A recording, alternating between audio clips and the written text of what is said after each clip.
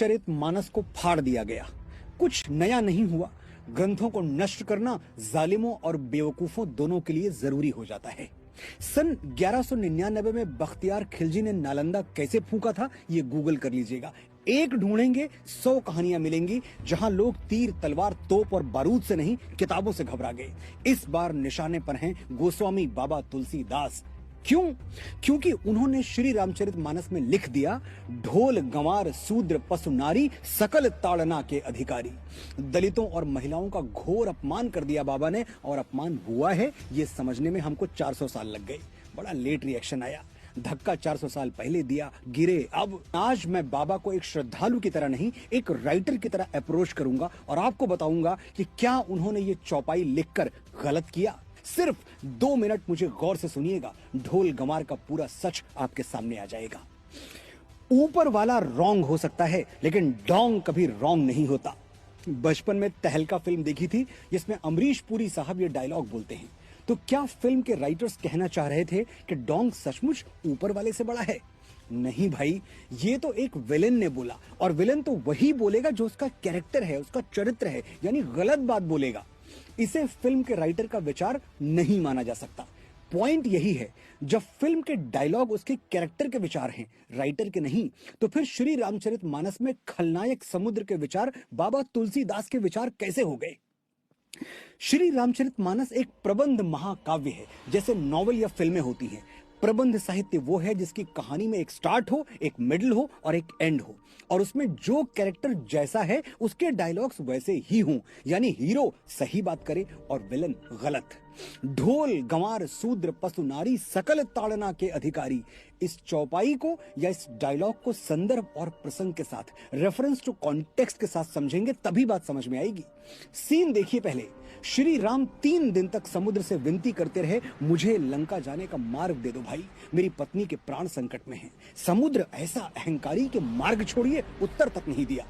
फिर श्री राम को क्रोध आ गया, उन्होंने चढ़ाई प्रत्यंचा और कह दिया कि मैं अहंकार की छाती में अग्नि बाण गाड़ने के लिए विवश हूं, भय बिन होए न प्रीत। बात तो सच है। समुद्र का अहंकार टूट गया और वो मणियों रत्नों सहित त्राहि त्राहि करता हुआ श्री राम की शरण में आ गिरा। अब समुद्र जो कहता है उसे ध्यान से सुनिए, सारा भेद, सारा सीक्रेट यही छुपा है। सभय सिंधु गहि पद प्रभु केरे, क्षमहु नाथ सब अवगुण मेरे। गगन समीर अनल जल धरनी, इनकई नाथ सहज जड़ करनी। प्रभु भल कीन मोहि सिख दीन्ही, मर जादा पुण्य तुम्हारी कीन्ही। ढोल गंवार शूद्र पशु नारी, सकल ताड़ना के अधिकारी। समझाता हूं क्या कहा समुद्र ने।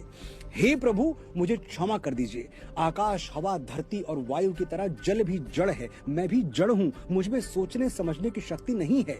प्रभु, आपने मुझे अपनी बनाई हुई मर्यादा की शिक्षा दी, आप मर्यादा पुरुषोत्तम हैं, इसलिए अब मेरी बुद्धि जागृत हो गई है। समुद्र इसके आगे प्रतीकों में बात करता है, मेटाफर्स में बोलता है।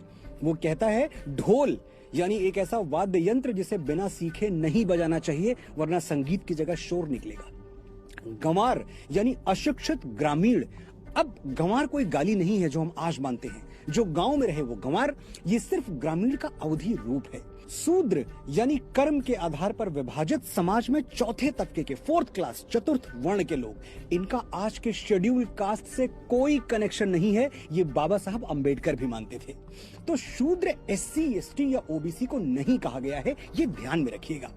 आगे समुद्र कहता है पशु यानी मनुष्य को छोड़कर सभी जीव जंतु, और नारी जिसे मिडिवल पीरियड में शिक्षा से दूर रखा गया था।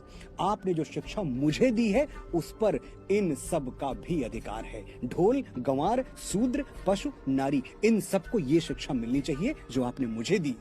समुद्र के ऐसे विनीत वचन सुनकर श्री राम उसे क्षमा कर देते हैं, और फिर समुद्र के ही परामर्श से नल और नील समुद्र पर संसार का सबसे प्राचीन सेतु बना देते हैं, जिनके पत्थर इतिहास के अथाह सागर पर आज भी तैर रहे हैं।